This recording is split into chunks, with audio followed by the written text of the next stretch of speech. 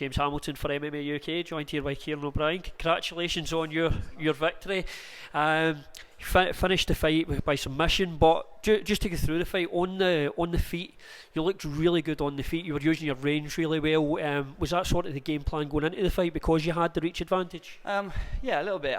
I'm well versed everywhere. I'm a European champion in Brazilian Jiu-Jitsu as well. Yeah. But I'm very lucky to train with some very good striking partners at Kaizen Academy, where I'm from in Lancaster. Yeah. But specifically, there's a chap I have to say thank you for to, who is used to be a former number 2 middleweight in the UK, underneath Tom Watson and Michael Bisping, called Alex McConan, who is a Ukrainian striker. Yeah. And that's what a lot of that was his kind of concepts and principles, where I knew that I had the reach advantage, as you said, and had some methods on how to keep that and make the fight stay on the feet for the majority of the exchanges and hit and not be hit. Yeah. And he said something to me recently that's quite astonishing, really. He said, I don't give a, if I may swear, I don't give a shit if I hit the other guy or not, which is very unlike a fighter. Yeah. You go into a cage and everyone's like, you're going to fuck him up, right? Well, no. I'm going to play tag like a kid. I'm going to touch and not be touched. Yeah. And then if he makes a reckless mistake trying to touch me, that's when he's open to be hit. It's as simple as that. And that was my strategy for this match, and it paid dividends, even though the finish came for the submission. Is that sort of with your grappling as well? Is that something you're so confident in your ground game as well that it opens up your striking? Yeah, I mean it helps to know that if it goes to the ground, you know what you're doing. Yeah. But you know, MMA is not just jiu-jitsu, so it doesn't always end up that way because the punches make it different. But yeah, it certainly helps.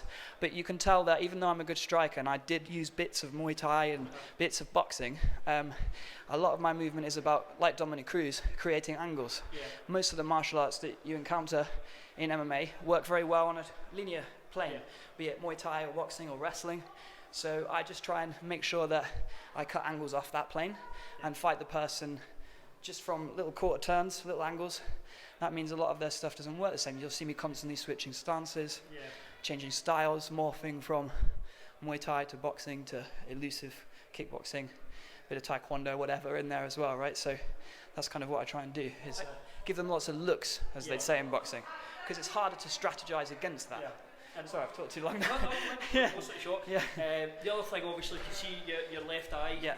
You obviously you suffered an eye poke in there. At what point in the fight was that? Very early, I believe, maybe in the first or early part of the second. I'm not sure. Sorry, it was a bit of a blur. And, how was your vision after that?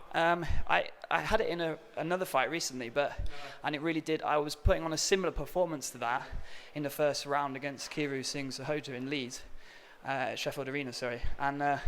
It really turned the fight around for me. It was a good fight, but I kind of like tilted because of that, because I'd been fouled and I was like, I think I had a bit of a sulk or something. Yeah. And then I read something about another Ukrainian striker, very famous boxer, Vasyl Lomachenko. His dad was cornering someone recently. I saw a thread on Reddit where someone had translated what they'd been saying in the corner. This is how nerdy I get on this stuff. And he said, I know you've been fouled by an eye poke or a low blow or whatever it was, but no one's going to feel sorry for you, so you have to just suck it up and carry on. And that's what I had to do today, so I was a bit more ready for that if that happened, just to be like, okay, that happened, no problem, let's go. So. Well, it was, like you say, it was a great performance. Obviously, eye poke aside, it was a great performance, a great finish. Congratulations again. Thank you ever so much. Thank you. Thank you for everyone for watching. Cheers.